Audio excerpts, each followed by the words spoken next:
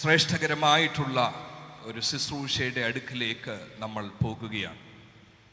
വളരെ ഭയഭക്തിയോടെയും തികഞ്ഞ പ്രാർത്ഥനയോടെയും ദൈവാശ്രയത്തോടും ഈ കർത്തൃമേശ അടുക്കിലേക്ക് പോകുവാൻ ദൈവം നമുക്കിന്ന് പകൽ കൃപ നൽകട്ടെ എന്ന് ഞാൻ പ്രാർത്ഥിക്കുകയാണ്. ക്രൂശിനെ മനസ്സിലാക്കുവാൻ ആദിമ നൂറ്റാണ്ട് മുതൽ മനുഷ്യൻ നന്നേ പാടുപെട്ടു. പൗലോസ് അതിനെ ഇപ്രകാരമാണല്ലോ 1 കൊരിന്ത്യർ ലേഖനം 1:18 പറഞ്ഞത്. ക്രൂശിന്റെ ഈ വചനം നശിച്ചു പോകുന്നവർക്ക് ഇത് ഭോഷത്വമാണ്, എന്നാൽ രക്ഷിക്കപ്പെടുന്ന നമുക്ക് ഇത് ദൈവശക്തിയാ എന്ന് പൗലോസ് പറയുമ്പോൾ ക്രൂശിൽ സംഭവിച്ചത് ക്രൂശിൽ നോക്കുമ്പോൾ സ്വന്തം ബുദ്ധിയിൽ മനസ്സിലാക്കാൻ ഒക്കാത്ത ഒരു ദൈവത്തിൻ്റെ ജ്ഞാനമായിരുന്നു ക്രൂശിൽ വെളിപ്പെട്ടത് എന്നിന്ന് പകൽ ഞാൻ ഒരു പ്രാവശ്യം കൂടെ നിങ്ങളെ ഓർപ്പിക്കട്ടെ. പ്രിയ ദൈവമക്കളെ, 1-ാമത്തെ നൂറ്റാണ്ട് മുതൽ ഇങ്ങനെയാ ചരിത്രത്തിൽ രേഖപ്പെടുത്തിയിരിക്കുന്നത്. റോമയിൽ കഷ്ടമനുഭവിച്ച ദൈവമക്കൾ 1-ാം നൂറ്റാണ്ടിൽ അവർ ക്രൂശിന്റെ ചിഹ്നമല്ലായിരുന്നു ഉപയോഗിച്ചത് അവരുടെ വിശ്വാസത്തെ പ്രഖ്യാപിക്കാൻ. കാരണം ക്രൂശിന്റെ ചിഹ്നത്തിൽ തന്നെ ഒളിഞ്ഞു കിടന്ന ഒരു നിന്ദ്യമായ കാഴ്ചയുണ്ടായിരുന്നു. അതവർക്ക് പീഡനം വർദ്ധിപ്പിക്കുമെന്ന് കരുതി അതിൻ്റെ ലജ്ജയിൽ നിന്നൊന്ന് മാറി നിൽക്കാൻ വേണ്ടി ചരിത്രം പറയുന്നത് അനശ്വരതയുടെ ചിഹ്നമായ മയിൽ പക്ഷിയുടെ ചിത്രം അവർ ചുവരുകളിൽ വരച്ചു. ആര്? പീഡനം അനുഭവിച്ച ക്രിസ്ത്യാനികൾ. അവർ താമസിച്ചിരുന്ന സ്ഥലങ്ങളിൽ പിന്നീട് ചെന്നപ്പോൾ അവിടെ കണ്ടത് മയിൽ പക്ഷിയുടെ ചിത്രങ്ങൾ വരച്ചിരുന്നു 1-ാം നൂറ്റാണ്ടിൽ. മയിൽ പക്ഷിയുടെ ചിത്രം മാത്രമല്ല, നമ്മുടെയൊക്കെ ചിലരുടെയെങ്കിലും വാഹനത്തിന്റെ പുറകിൽ കാണും the sign of a fish. പലയിടത്തും വാങ്ങിക്കാൻ കിട്ടും. മീനിന്റെ ആകൃതിയിൽ ക്രിസ്ത്യാനിത്വത്തോട് ബന്ധപ്പെട്ട് കിടക്കുന്ന ഒരു ചിഹ്നം. അതെങ്ങനെ വന്നു?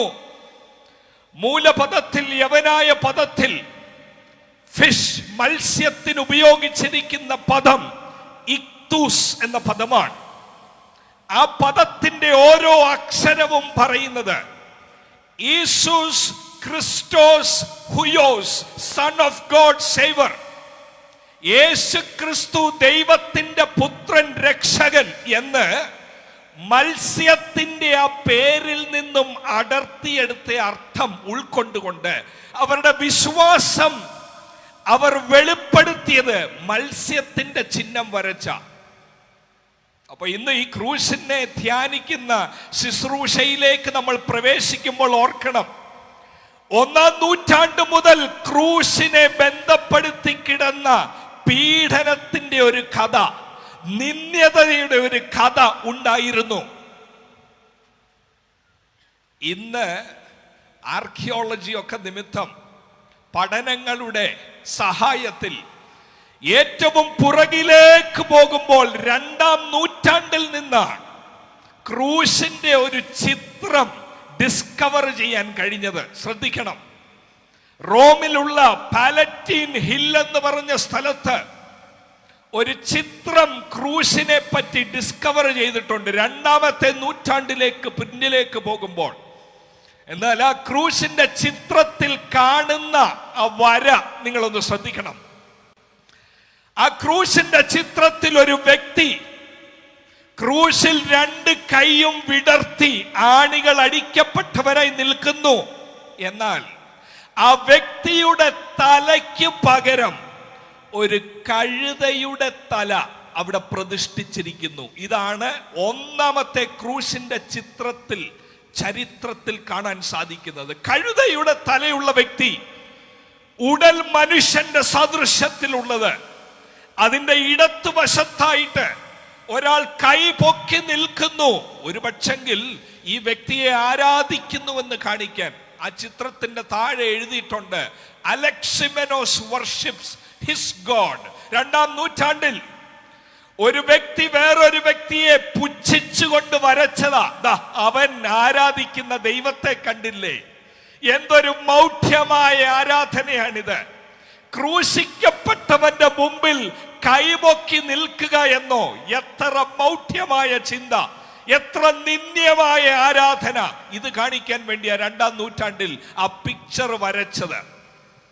എന്നാൽ ഇന്ന് രാത്രിയിൽ ഇന്ന് പകൽ ഈ പന്തലിൽ ഇരിക്കുന്നവരോട് ഞാൻ പറയട്ടെ, ക്രൂശ് ഒരു നിന്ദ്യത്തിന്റെ ചിഹ്നമായിട്ടല്ല ഇന്ന് പകൽ നമ്മൾ ധ്യാനിക്കുന്നത്. പൗലോസ് പറയുന്നത് യഹൂദന്മാർക്ക് ഇത് ഇടർച്ചയായിരുന്നു, യവനന്മാർക്ക് ഇത് ഭോഷത്വമായിരുന്നു. എന്നാൽ വിശ്വസിക്കുന്ന നമ്മൾക്ക് ഇത് ദൈവശക്തിയാ എന്ന് പൗലോസ് പറയുന്നു. ഇന്ന് പകൽ വിശ്വസിക്കുന്നവർ ഇതിന്റെ നടുവിൽ ഉണ്ടെങ്കിൽ കരങ്ങൾ ഉയർത്തിയൊന്ന് സ്തോത്രം ചെയ്യാമോ? ഈ ക്രൂശിനെ ധ്യാനിക്കുമ്പോൾ പരാജയപ്പെട്ടവന്റെ കഥയല്ല നമ്മൾ ധ്യാനിക്കുന്നത്. ക്രൂശിൽ വാഴ്ചകളെയും അധികാരങ്ങളെയും ആയുധവർഗം വെപ്പിച്ച് അതിന്റെ മേൽ ജയോത്സവം കൊണ്ടാടിയ, വെളിച്ചത്തിലേക്ക് നമ്മളെ കൊണ്ടുവന്ന് വെളിച്ചത്തിന്റെ അവകാശത്തിലേക്ക് നമ്മളെ പ്രാപ്തനാക്കിയ യേശുവിന്റെ ത്യാഗത്തിന്റെ കഥയാ ഈ ക്രൂശിൽ നമ്മൾ കാണുന്നത്. ഇത് 1-ാം നൂറ്റാണ്ടിൽ മാത്രമുള്ള സംഭവമല്ലായിരുന്നു. ഇന്നും പലർക്ക് ക്രൂശിനെ കുറിച്ച് പ്രസംഗിക്കാൻ ഇഷ്ടമില്ല. ഇന്നും പലർക്ക് ക്രൂശ് പരാജയത്തിന്റെ ചിഹ്നമാ. എന്നാൽ ഇന്ന് പകൽ ഒരു പ്രാവശ്യം കൂടെ ഞാൻ ഓർപ്പിക്കട്ടെ, പൗലോസിനോട് ചേർന്നൊന്ന് പറയട്ടെ. ഗലാത്യലേഖനം 6:14 ഭാഷയിൽ പറഞ്ഞാൽ പൗലോസ് പറയുന്നു, എനിക്ക് പുകഴുവാൻ ഒന്നേ ഉള്ളൂ, ആ ക്രൂശ് മാത്രമേ എനിക്ക് പുകഴുവാനുള്ളൂ. റാന്നിയുടെ പ്രാന്ത പ്രദേശങ്ങളിൽ നിന്ന് ഇന്ന് പകൽ സഭാരാധനയ്ക്ക് വന്നവരെ ദൈവകൃപയിൽ ഞാൻ ഓർപ്പിക്കട്ടെ, വിശുദ്ധന്മാരുടെ നടുവിൽ ഇന്ന് നമ്മളെ ഇവിടെ ഇരുത്തിയിരിക്കുന്നത് നമ്മുടെ കുടുംബത്തിന്റെ ശ്രേഷ്ഠതയല്ല, നമ്മുടെ വിദ്യാഭ്യാസത്തിന്റെ മഹത്വമല്ല, ആ ക്രൂശിൽ ചൊരിഞ്ഞ രക്തം. ആ ക്രൂശിനെ ധ്യാനിക്കുമ്പോൾ ഇന്ന് പകൽ നമ്മുടെ നടുവിൽ ഒരു ഉണർവ് സംഭവിക്കണം. ക്രൂശിനെ കുറിച്ചുള്ള ധ്യാനം ബോറുള്ള സംഭവമല്ല, അതെന്നിൽ ജീവൻ കൊണ്ടുവരുന്നതാണ്. ക്രൂശ് എത്ര പ്രധാനമായിരുന്നെന്നറിയാമോ സുവിശേഷകർക്ക്? 4 സുവിശേഷകരിൽ 2 പേർ മാത്രമേ യേശുവിന്റെ ജനനത്തെ കുറിച്ച് എഴുതിയുള്ളൂ. മത്തായിയും ലൂക്കോസും മാത്രമേ യേശുവിന്റെ ജനനത്തെ കുറിച്ച് എഴുതിയുള്ളൂ.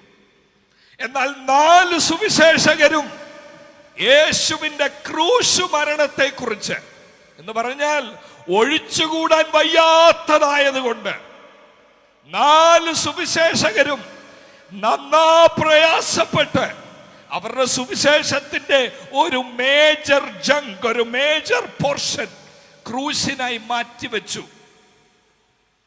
അതിൽ യോഹന്നാന്റെ സുവിശേഷത്തിൽ ക്രൂശിനെ വരച്ച് കാണിച്ചിരിക്കുന്ന ആ അനുഭവം നിങ്ങളുടെ ശ്രദ്ധയിൽ കൊണ്ടുവന്ന് വേഗത്തിൽ ഇരുപ്പാൻ താല്പര്യപ്പെടുക.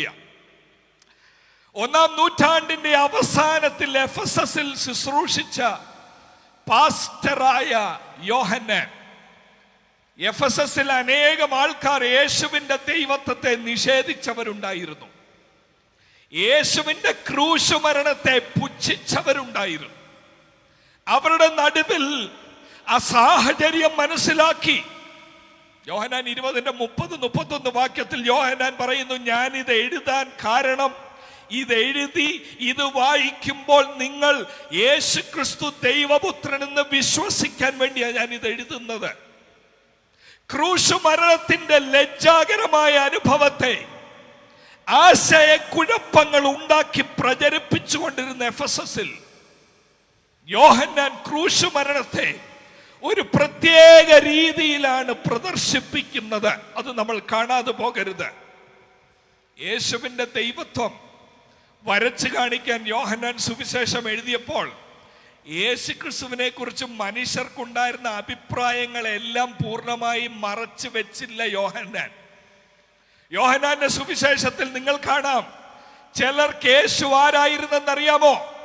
അത്ഭുതങ്ങൾ ചെയ്ത യേശുവിനെ നോക്കി പറഞ്ഞു, നീ ആ തച്ചന്റെ മകനല്ലേ, നീ ആ നസ്രത്തുകാരനല്ലേ, 8-ാമത്തെ അധ്യായത്തിൽ വേറെ ചിലർ പറഞ്ഞു, നീ ശമര്യക്കാരനല്ലേ, നിനക്ക് ഭൂതമുണ്ട്.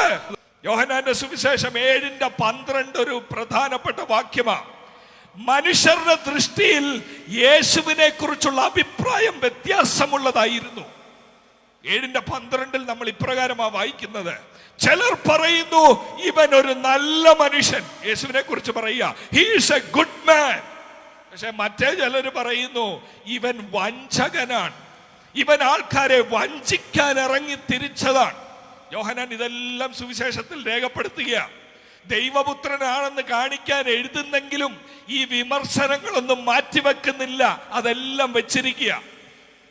എന്നാൽ 1:29 ബൈബിൾ ഉള്ളവർ ഒന്ന് ബൈബിൾ തുറന്ന് 1:29 നോക്കണം. യോഹന്നാൻ സുവിശേഷകൻ, യോഹന്നാൻ സ്നാപകന്റെ ഒരു പദം അവിടെ എഴുതുന്നു. വായിച്ചു സഹായിക്കാമോ? 1:29 വാക്യം. യേശു തന്റെ അടുക്കൽ വരുന്നത് അവൻ കണ്ടിട്ട്, ഇതാ ലോകത്തിന്റെ പാപം ചുമക്കുന്ന ദൈവത്തിന്റെ കുഞ്ഞാട്. യോഹന്നാൻ സുവിശേഷം തുടങ്ങുമ്പോൾ സുവിശേഷകനായ യോഹന്നാൻ പറയുക, മനുഷ്യർക്ക് പല അഭിപ്രായമുണ്ട് യേശുവിനെ കുറിച്ചും ക്രൂശിനെ കുറിച്ചും. എന്നാൽ ഒരാൾ വിളിച്ചു പറയുന്നു, ഇത് സാധാരണ മനുഷ്യനല്ല, ഇത് തച്ചന്റെ മകൻ അല്ല, ഇത് ലോകത്തിന്റെ പാപത്തെ ചുമക്കുന്ന ദൈവത്തിന്റെ കുഞ്ഞാടാണിത്. 1:29 മാത്രമല്ല കേട്ടോ, 36 വീണ്ടും പറയുന്നു, ദാ നോക്ക് നോക്ക്, ആ കടന്നു പോകുന്നവൻ കേവലം മനുഷ്യനല്ല, അത് ലോകത്തിന്റെ പാപത്തെ ചുമക്കുന്ന ദൈവത്തിന്റെ കുഞ്ഞാട്. എന്താ ക്രൂശിൽ നിങ്ങൾ കാണുന്നത്? എന്താ യേശുവിൽ നിങ്ങൾ കാണുന്നത്? റാന്നിയിലുള്ള പലർക്കും പല അഭിപ്രായമുണ്ട് യേശുവിനെ കുറിച്ചും ക്രൂശിനെ കുറിച്ചും. ഇന്ന് പകൽ ഈ പന്തലിൽ വന്ന നമ്മൾക്ക് ക്രൂശിൽ നമ്മൾ എന്ത് കാണുന്നു, യേശുവിൽ നമ്മൾ എന്ത് കാണുന്നു? ഞാൻ ധൈര്യത്തോടെ വിളിച്ചു പറയട്ടെ, ഞാൻ യേശുവിൽ കാണുന്നത് ഒരു മനുഷ്യനെ മാത്രമല്ല, ഞാൻ യേശുവിൽ കാണുന്നത് കേവലം ഗലീലയിൽ ജീവിച്ച് 33 തിരുവയസ്സ് വരെ ജീവിച്ചു മരിച്ചൊരു വ്യക്തിയല്ല. യോഹന്നാൻ സ്നാപകൻ കണ്ടതുപോലെ ഞാൻ വചനത്തിലൂടെ യേശുവിനെ കാണുന്നു. അവൻ ദൈവത്തിന്റെ കുഞ്ഞാടാണ്. അപ്പൊ ദൈവത്തിന്റെ കുഞ്ഞാടെന്ന് പറയുമ്പോൾ എന്തായിരിക്കാം യോഹന്നാൻ സ്നാപകന്റെ മനസ്സിലുള്ളത്? യെശയ്യാ പ്രവാചകന്റെ പുസ്തകം 53:7 ഒരു കുഞ്ഞാടിനെ പരിചയപ്പെടുത്തുന്നുണ്ട്. കൊല്ലുവാൻ കൊണ്ടുപോകുന്ന കുഞ്ഞാടിനെ പോലെയും രോമം കത്രിക്കുന്നവരുടെ മുമ്പാകെ മിണ്ടാതെ ഇരിക്കുന്ന ആടിനെ പോലെയും അവൻ വായെ തുറക്കാതിരുന്നു. ദാ ഒരു കുഞ്ഞാട്. യെശയ്യാ പ്രവാചകന്റെ പുസ്തകം 53 വരച്ച് കാണിക്കുന്ന ദ സഫറിംഗ് സെർവന്റ്, പാപത്തിന്റെ പരിഹാരത്തിന് തന്നെത്താൻ ഏൽപ്പിച്ചു കൊടുക്കുന്ന ദൈവ കുഞ്ഞാട്. ഇതാണോ യോഹന്നാന്റെ മനസ്സിലിരിക്കുന്നത്? യോഹന്നാൻ യേശുവിനെ നോക്കി ദൈവത്തിന്റെ കുഞ്ഞാടെന്ന് പറയുമ്പോൾ യെശയ്യാ പ്രവാചകൻ 53 ആണോ യോഹന്നാന്റെ മനസ്സിലിരിക്കുന്നത്? അതോ ഉൽപ്പത്തി പുസ്തകം 22-ാമത്തെ അധ്യായത്തിൽ അതിന്റെ 7-ാമത്തെ വാക്യത്തിൽ ഒരു വലിയ ചോദ്യമുണ്ട്. എന്താ ചോദ്യം എന്നറിയാമോ? തീയും വിറകുമുണ്ട്, എന്നാൽ ഹോമയാഗത്തിന് ആട്ടിൻകുട്ടി എവിടെ? എന്തിയെ ആട്ടിൻകുട്ടി? 22-13 വാക്യത്തിൽ അബ്രഹാം തലപൊക്കി നോക്കിയപ്പോൾ പിമ്പുറത്ത് ഒരാട്ടുകൊറ്റൻ കൊമ്പ് കാട്ടിൽ പിടിപെട്ട് കിടക്കുന്നത് കണ്ടു. അബ്രഹാമിന് വേണ്ടി ദൈവം ഒരുക്കിയ ആ ആട്ടിൻകുട്ടിയുടെ ഫുൾഫിൽമെന്റ് ആണോ ഇത്? എന്താ യോഹന്നാൻ പറയുന്നത്? ഇത് ദൈവത്തിന്റെ കുഞ്ഞാട്. അബ്രഹാമിന് വേണ്ടി ദൈവം ഒരുക്കിയ ആടിന്റെ നിവൃത്തിയാണോ ഇത്? അതോ യെശയ്യാ പ്രവാചകൻ 53 കണ്ട അതിന്റെ ദൃഷ്ടി ആവിഷ്കാരമാണോ ഇത്? എന്താണിത്? ഈ രണ്ടിനെക്കാട്ടിൽ അപ്പുറമായി യോഹന്നാൻ പറഞ്ഞത് കേട്ടോ. ഇത് അബ്രഹാമിന് വേണ്ടി ദൈവം ഒരുക്കിയ ആടിനെക്കാളിൽ അർത്ഥ അർത്ഥവ്യാപ്തിയുണ്ട് യോഹന്നാൻ പറഞ്ഞ ആ വാക്കിന്. യെശയ്യാ 53 കണ്ട ആടിനെ കാട്ടിൽ അർത്ഥവ്യാപ്തിയുണ്ട്. യോഹന്നാൻ പറഞ്ഞത് ഇത് ദൈവത്തിന്റെ കുഞ്ഞാട്. എന്താണ് അർത്ഥവ്യാപ്തി? യോഹന്നാന്റെ സുവിശേഷത്തിൽ ആവർത്തിച്ച് നിങ്ങൾക്കൊരു കാര്യം കാണാം. എന്താണെന്നറിയാമോ? പലരും ചിന്തിച്ചു ക്രൂശ് മരണം യാദൃശ്ചിക സംഭവിച്ചതാ, അതൊരു അബദ്ധം പറ്റിപ്പോയതാ. ഇന്നും ചിലർ അങ്ങനെ പ്രസംഗിക്കുന്നവരുണ്ട്. പൗലോസ് പോഷത്തരം കാണിച്ചുകൊണ്ടാ 60-ാമത്തെ വയസ്സിൽ ശിരച്ഛേദം ചെയ്ത് കൊല്ലപ്പെടേണ്ട വന്ന. കുറച്ചുകൂടെ പരിജ്ഞാനത്തിൽ ശുശ്രൂഷിച്ചായിരുന്നെങ്കിൽ കുറച്ചുകൂടെ ശുശ്രൂഷിക്കായിരുന്നു. ഇങ്ങനെ യേശുവിനെ നോക്കി ചിലര് പരിഹസിച്ചു. അയ്യോ അബദ്ധം പറ്റിപ്പോയി, അവനോർത്തവൻ രക്ഷപ്പെട്ടേനെ. അങ്ങനല്ലേ പലരും യൂദയെ കുറിച്ച് തന്നെ പറയുന്നു. ഒറ്റിക്കൊടുക്കാൻ കാര്യം യേശുവിനോട് സ്നേഹമില്ലാഞ്ഞിട്ടൊന്നുമല്ല, യേശു രക്ഷപ്പെട്ട് കളയുമെന്നാണ് യൂദയും വിചാരിച്ചത്. എന്നാൽ യോഹന്നാന്റെ സുവിശേഷത്തിൽ ഒരു കാര്യം വളരെ വ്യക്തമായി യോഹന്നാൻ കാണിക്കുന്നത് നിങ്ങളുടെ ശ്രദ്ധയിൽ ഞാൻ കൊണ്ടുവരട്ടെ. 7:30 വാക്യം ഒന്ന് ശ്രദ്ധിച്ചേ. 7:30 വായിച്ച് സഹായിക്കാമോ? ആകയാൽ അവർ അവനെ പിടിപ്പാൻ അന്വേഷിച്ചുവെങ്കിലും അവന്റെ നാഴിക വന്നിട്ടില്ലാകയാൽ. ഒന്ന് ശ്രദ്ധിക്കണം, യേശുവിന് അബദ്ധം പറ്റിയതല്ല ക്രൂശ്. അവനെ പിടിക്കുവാൻ 7-ാം അധ്യായത്തിലെ നോക്കുന്നു. പക്ഷേ ഒരു വാക്ക് അവിടെ എഴുതിയിട്ടുണ്ട്. എന്താ? അവന്റെ നാഴിക വന്നിട്ടില്ലായകയാൽ ആർക്കും അവനെ പിടിപ്പാൻ കഴിഞ്ഞിട്ടില്ല.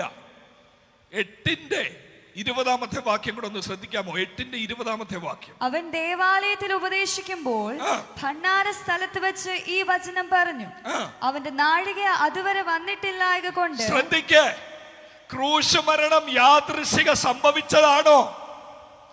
അവന്റെ നാഴിക വന്നിട്ടില്ലായക കൊണ്ട് എന്തെഴുതിയിരിക്കുന്നു? ആരും അവനെ പിടിച്ചില്ല. ആരും അവനെ പിടിച്ചില്ല.